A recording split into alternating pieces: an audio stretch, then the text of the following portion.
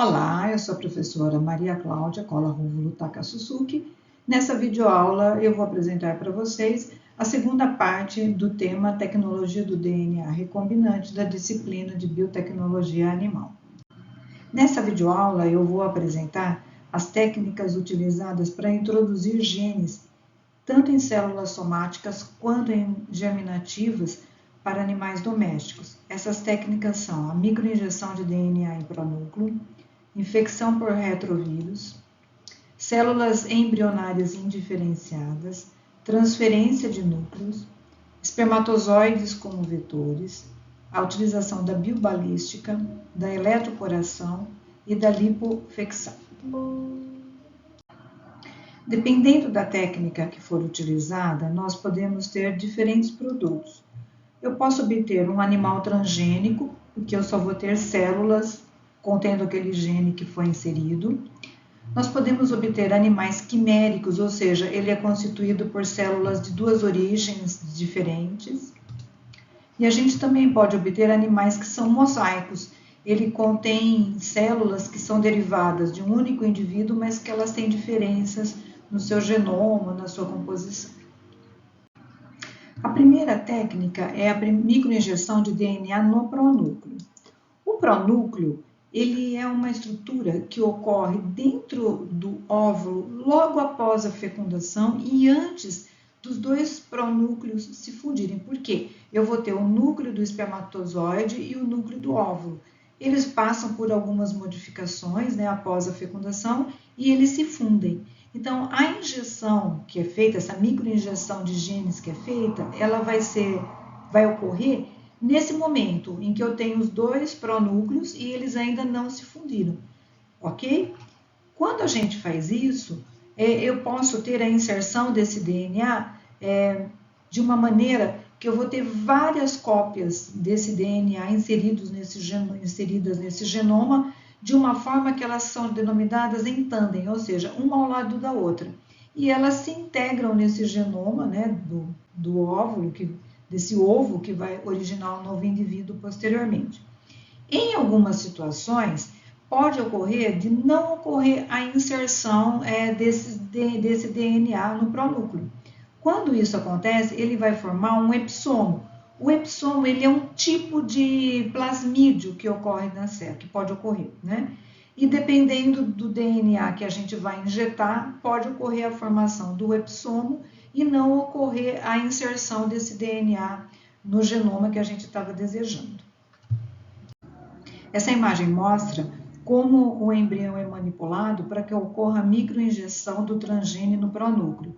Então, aqui em A, na ponta dessas setas vermelhas, ela está mostrando os dois pronúcleos e depois, aqui na C, mostrando o local onde vai ser inserido os transgenes, os genes que eu quero que eles se insiram no futuro embrião, para o desenvolvimento do indivíduo, e que eu tenha no final um indivíduo transgênico. Esse esquema mostra de uma forma bem simplificada, como a gente pode fazer esse tipo de técnica. Então, o DNA que eu vou inserir, que é aquele DNA exógeno, eu já trabalhei ali no laboratório, que está aqui no tubinho de ensaio, O que eu vou fazer agora? Eu vou retirar esse ovo recém-fertilizado, por exemplo, aqui de uma vaca, tá? E eu vou fazer a microinjeção desse DNA de interesse nesse momento em que eu tenho o pronúcleo. Supondo que o DNA foi inserido normalmente, tal, deu tudo certinho, eu vou colocar agora esse ovo que tem o DNA de interesse numa vaca substituta, que é a vaca que vai gerar esse embrião e vai me dar como produto lá um bezerro com os genes que me interessam, que eu obtenho aqui no final. Esse esquema ele mostra de uma maneira mais prática ainda essa forma, essa tecnologia de inserir gene em mamíferos. Então, veja, eu tenho aqui o gene à esquerda, em vermelho e amarelo, eu tenho o gene para a proteína do leite. À direita, eu tenho um gene exógeno que eu estou querendo inserir em mamíferos, principalmente em animais domésticos que produzem leite.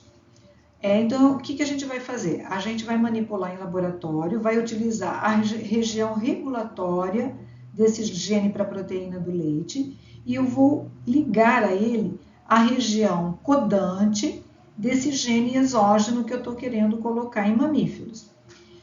O que eu faço agora? Eu vou pegar uma célula recém-fecundada de mamífero, que está na fase de pronúcleo, e eu vou fazer a microinjeção desse gene de interesse nessa célula. Em seguida, vai ocorrer a fecundação normal, vai obter a inserção desse gene, e aí eu vou fazer a transferência desse embrião com o gene de interesse, com esse gene exógeno, em alguma fêmea de mamífero. Para quê? Para que ela produza agora um descendentes que tenham esse gene aí de interesse, tá? E a gente pode fazer isso com vários tipos de mamíferos, ok? Esse é um trabalho que mostra um sucesso obtido com a microinjeção de gene no pronúcleo, diretamente no pronúcleo. Então, ele mostra, foram em células de cabra, que foi feito, então o embrião, na fase de pronúcleo, foi injetado o gene, que seria esse gene aqui, o fator estimulador de colônias de granulócitos humanos. Esse gene, ele tem como produto um fator de crescimento hematopoético, que vai ser usado para a produção de medicamentos, isolando esse fator de crescimento hematopoético do leite das cabras, na realidade, para a produção de um fármaco. E aqui à direita, na letra F, seria a cabra, o filhotinho que nasceu como produto da inserção desse gene. Esse trabalho foi feito em 2007, mostrando que já faz um bom tempo que a gente consegue obter sucesso com esse tipo de tecnologia para a produção de fármacos e em outros setores, que utilizam animais. Essa técnica ela tem vantagens e limitações. A principal vantagem dela é que ela é eficiente para gerar novas linhagens de transgênicos que expressem aquele gene de forma correta, no tempo e no local que eu quero. Então, seria bem interessante. Contudo, ela tem uma série de limitações, que são as seguintes. A gente não pode utilizar embriões que estejam em estágios mais avançados de desenvolvimento. Lembra? Tem que ser na fase de pronúcleo, que é logo após a fecundação. Tá? Podem ocorrer rearranjos no genoma daquela célula que foi microinjetada. E também, como eu já comentei anteriormente, pode ocorrer a introdução de várias cópias de transgene, o que vai levar a uma expressão bem variável daquele gene que a gente está inserindo. E aí a gente pode não ter controle. Assim, essa técnica, ela tem, na realidade, uma baixa eficiência.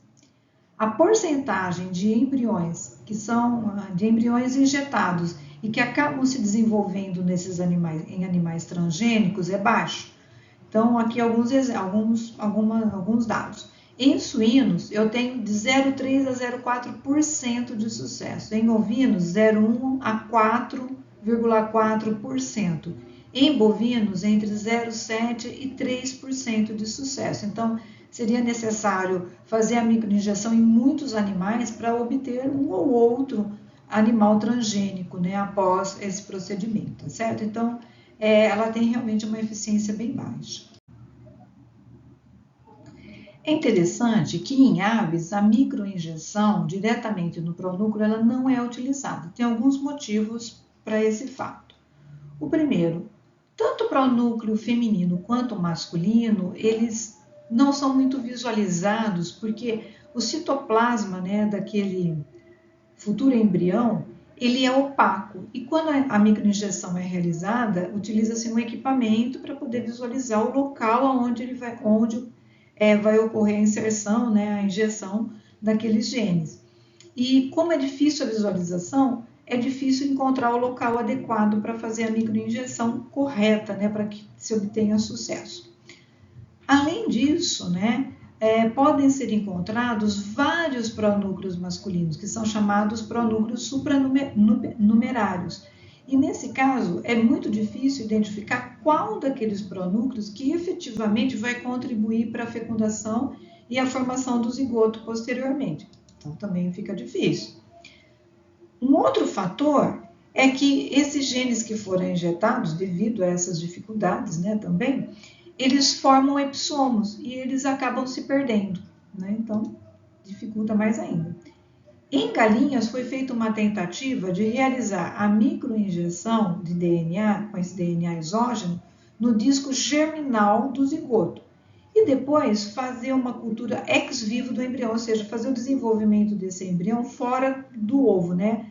Tem uma tecnologia para isso. Até a eclosão, aquele DNA exógeno estava estável, né? Sem grandes problemas, mas houve uma baixa eficiência. E daqueles animais que se desenvolveram, somente 1% deles é que apresentaram DNA exógeno. Então, realmente, a eficiência é extremamente baixa, não, devido a tantas dificuldades, essa tecnologia não é usada para aves. A segunda técnica é a injeção por retrovírus. Nesse caso, aquele gene exógeno, ele vai ser inserido no genoma do retrovírus inicialmente, que vai ser usado como um vetor. Posteriormente, né, esses retrovírus, eles vão integrar aquele gene exógeno no genoma da célula hospedeira, né, que seria todo o mecanismo de ação do retrovírus e vai ocorrer a inserção daquele gene de interesse lá no hospedeiro. E o interessante é que somente uma cópia, né, do vírus é que é inserida naquele determinado sítio de integração que a gente estava querendo.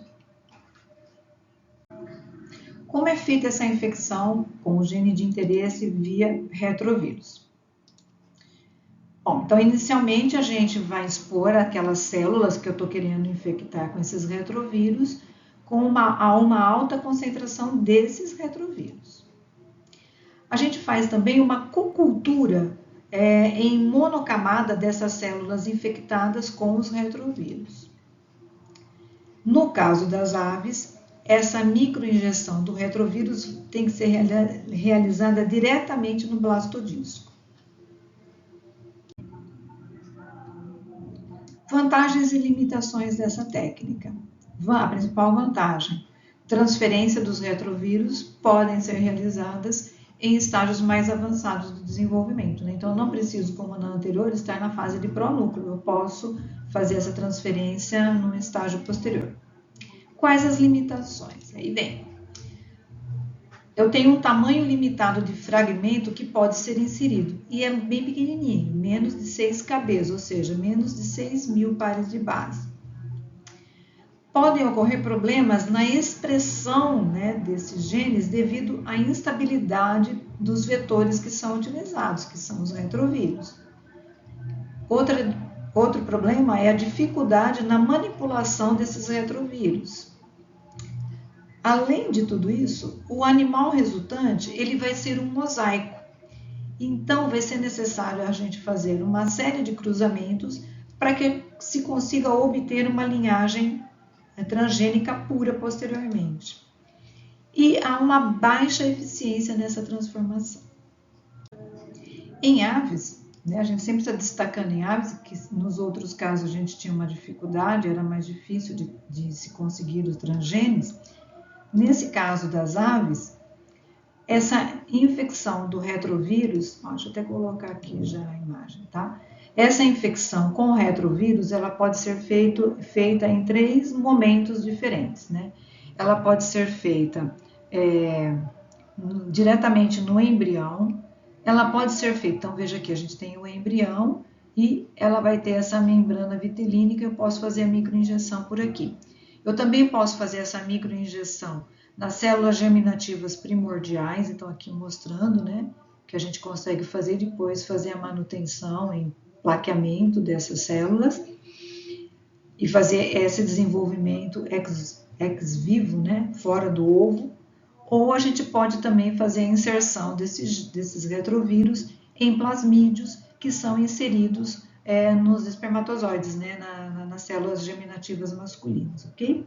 Então, essa é a melhor técnica para a gente conseguir transgenia em aves e a que tem sido mais utilizada. Quais as principais limitações dessa técnica para aves? A primeira dela é que a gente obtém uma pequena proporção de indivíduos oriundos dessas infecções que transmitem esses genes para suas próximas gerações. Então, isso dificulta muito, porque a ideia é que esses animais tenham esses genes e eles passem isso para as próximas gerações, para que essa transgenia tenha sucesso realmente. São necessárias centenas ou até às vezes milhares de inoculações nos ovos e depois tem que analisar todos eles para verificar se houve sucesso na transgenia, né?